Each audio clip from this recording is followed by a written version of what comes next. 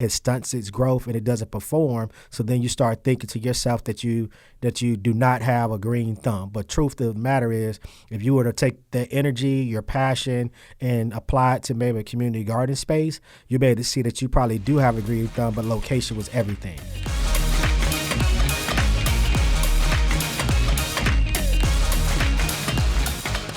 I don't know why this, as soon as the cameras turn on, it's weird. Okay. That's my bad. Anyway, so how are you? No, I'm doing good today, man. Like, what's been going on with you? Nothing much. So we are starting your podcast. Yeah. We are starting the, what do you want to call it? The Flint River Fresh? I mean, we can a couple different names I've tossed around. We can look at it at sitting on the front porch or underneath the shade tree, I like to call it, or since we're talking about the river, just on the docks, sitting on the dock of the bay sort of thing, thinking about my boy Otis Redding. We're in Georgia, so letting people know where we're at and what it's about. And of course, he was born down the road, in Terrell County, up in Dawson, and things like that. So again, we'll probably come around a couple different names that'll finally stick, but it's all about feeling good, being in the space so we can just share thoughts and share ideas and ultimately figure out our way of impacting our food system. Yeah. So basically this will just be me asking you questions based on what everyone's asking. Okay. So I have the first question for you is, how can I make a garden on my porch at my apartment complex that would appeal to the Homeowners Association? Okay, so first and foremost, whenever you're looking at possibly starting a garden, it's all about the area that gets the most sunlight. So it can't be too beneficial for you to do a community garden on your porch if you know it's shaded the entire time. But if it's open up where you have enough sunlight, you can use various size containers. Allow for you to showcase your personality. I've had people that have taken 5-gallon buckets. I've had people that have repurposed wash tubs. I've seen people repurpose vases. Some have even utilize gutter systems and put containers of plants and things in it. So where I look at it is, think about that, your balcony. It might be a 4-foot by a 10-foot sort of space. Now, how can you create and turn that into an oasis? So thinking in terms of plot of crops that could grow vertical. So you might have tomato plants that have a longer shelf life that can go upright, or you could think about cucumbers, like something that hangs from the ceiling that you can drop down. That just again you want to add appeal to it. Mm-hmm. So of course adding flowers to the mix is always a good thing. In addition to what you're going to eat. So herbs are always one of my first recommendations to people that are doing container gardening at home in their backyard, is just having a mixture of herbs, fruits, as well as your basic thing that you consume, a little bit of. But the main thing is I encourage people to think in terms of of aesthetics, thinking of your yellows and your greens and your reds, and just thinking of that sort of vibe. But it could just be, again, a basic sort of just layer stack container system that just works for you. But if you're doing enough of it in your apartment complex, maybe it's something that you can approach that association about how we can do multiple gardens like this at other residents' homes, and then slowly but surely you can develop out your own sort of community-based garden club or community garden group at your own apartment complex. So that's just a couple ideas I'm just thinking of. And again, we can go round and round about, but everything first and foremost is about your space, location of sunlight, and then also just making sure you got access to water. What would you do if? So I heard you say in one of the videos you need you say 6 to 8 hours of sunlight. That's right. What would you do if you have areas that don't get a lot of sunlight? So you could be really innovative. I've seen individuals take LED shop lamps that you can purchase at your big box store, and they kind of create a basic sort of grow system in their homes and allow for the plant to receive an ample amount of light. They have it on a timer system where it's 16 hours of light and then 8 hours of rest. Mm-hmm. And then if you know that you're not in that environment where you can financially afford to do that, then maybe plant things that don't require as much sunlight but can still thrive. So you think about your lettuce, your spinach, things like that that can thrive in a shaded area. So even some of what I call your cool season crops. So kale, for instance, could possibly like thrive in that environment as long as you are giving it the amount of nutrients that it needs. Because obviously, if it's lacking in the sunlight, you have to make up the difference some sort of way.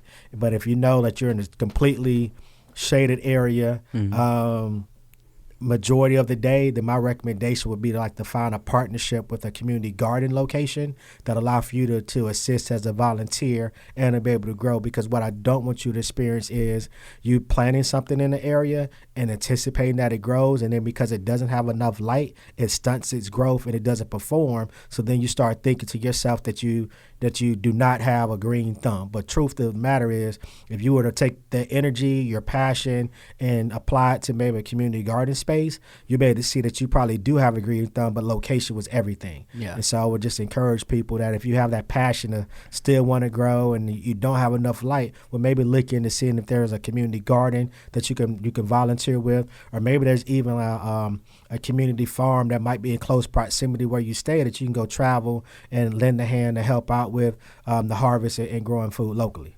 That's awesome. So sticking to the whole apartment thing, let's say you figured out what you want to grow, what you can grow there, but you only have 5-gallon buckets. How would you, with all of that, what would you grow in a 5-gallon bucket at your apartment? Okay, yeah, perfect. So for most that don't know, I started with growing food in 5-gallon buckets, in the back of my mom's house, because she didn't want me to tear up the ground. She didn't want me to bring a tiller through the area. And so I researched what thrives in 5-gallon buckets. And what I looked at was I thought about crops of vegetables that are, I call them fruit crops. They kind of keep repeating. You harvest it one time and another crop is going to go.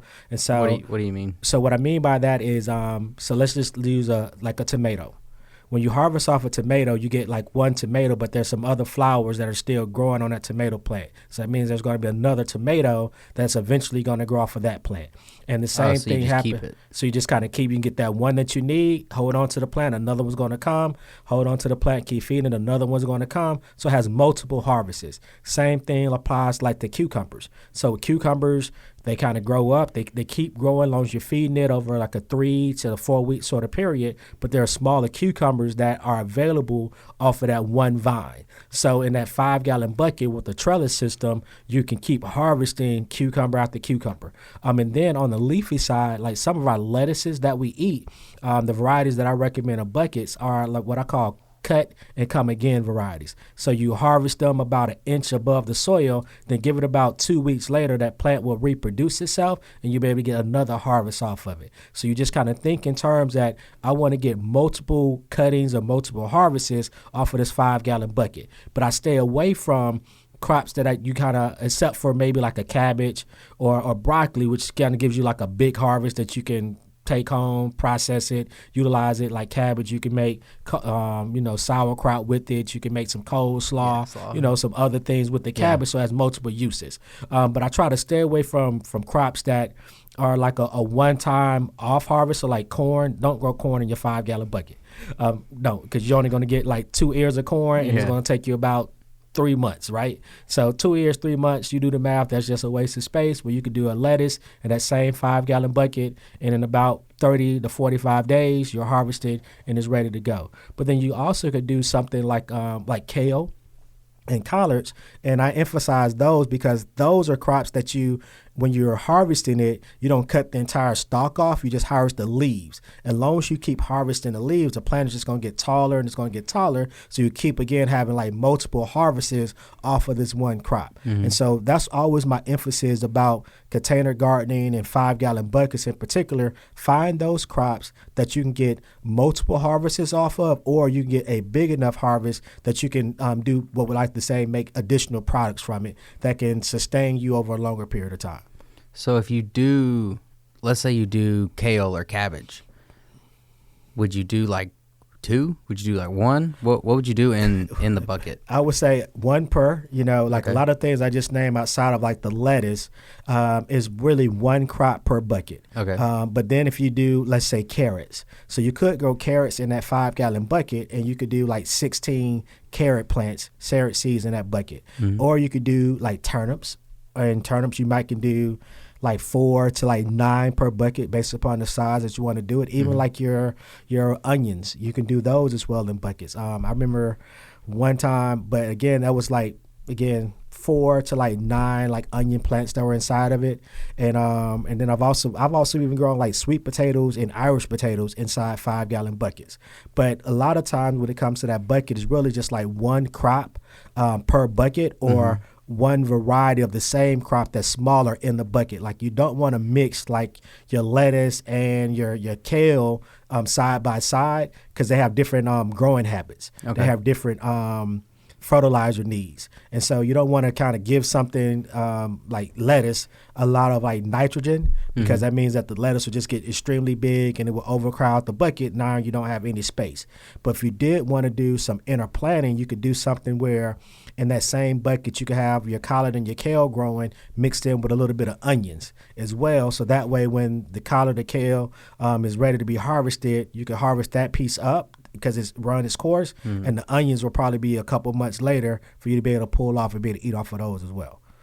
So we kind of think about that, and we call it companion planting. So it's almost like looking at, like when you walk through the forest, there's never really any gaps when you walk through the forest. So you just think about a micro version of it as you're doing your plant layout, and especially in balconies and smaller spaces, a lot of that really works. And even mixing in some herbs as well is like another thing you could do. But on average, 1 crop per 5-gallon bucket, and it's all based about the distance and spacing that it kind of recommends for it to grow fully. A lot of times on seed packs and container packagings, or baby plants I like to call them, they tell you how far apart to put it from the next one. And if it's 12 inches or 18 inches apart, that's like 1 plant per. But if it gets smaller, then you kind of can do the math and just figure out how many more you want to add to that space. Cool. So to get started, you would get some buckets and get a few different things you want to grow and put them there. And if you need to, get a couple lights to hang over them. Yeah. And then also what you also have to think about, too, is that you have to water them. Okay. So with those buckets, you have to drill like some sort of hose in the bottom and have some sort of like catch system for the water, because obviously, and the reason why you want the hose is that you don't want your water to sit, because that can lead to like root diseases like for your crops and to your plants. So it needs a space for the water to go somewhere once it kind of gets saturated. Do you do them all the way up or just in the bottom of the bucket? I just do them in the bottom of the bucket. They could be like 1 inch or 2 on the side of the bucket so it drains. Sometimes I do them where I put them directly underneath the bottom of the bucket itself and kind of have like a little like a baking pan or like a little dish or something to kind of capture it underneath, and that's just for like drainage sake. And then also thinking too, why I like the 5-gallon buckets for container gardens is that you can go buy like a good potting mix or a good organic like seed mix that's already has some of the basic nutrients that you need, and it's just open up the bag. Most of them are like 1 cubic foot in size, which is the equivalent of basically like the square footage that's in that 5-gallon bucket. So you just a bucket, soil, drill some holes in it. And then as far as like the light thing goes, that's almost if you don't have an option of working at a community garden, you really want to just do it at home, and you can do it. And I'm warning you, it could be a little bit more costly than the money and time it would take for you to drive to the local community garden that's down the street to help out. Because and that's always my encouragement to people. If you got the passion, you want to do it, I'm pretty sure there's people in your community that also will open up to allow you to grow more for you to feed yourself and also help with feeding others. That's awesome. So I think that's a great place to wrap up. Really appreciate it. It's a good place to talk about. I think we covered everything you would need to start for someone living in an apartment. Yeah. And I think the only piece I would add to it is you do have to make the choice between doing something from seed versus growing something from a baby plant. And a baby plant works out a lot better for containers. Excuse me. Bless me. Sorry about that, y'all. Bless you. You're good. All right.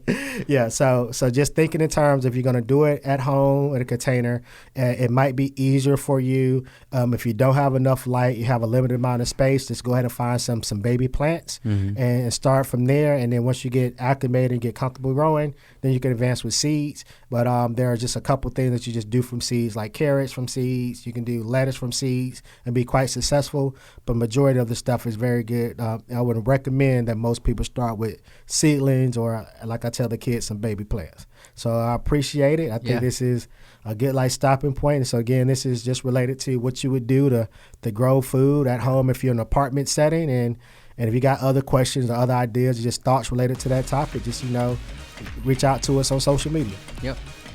Sweet. Appreciate it. Thank y'all. Bye.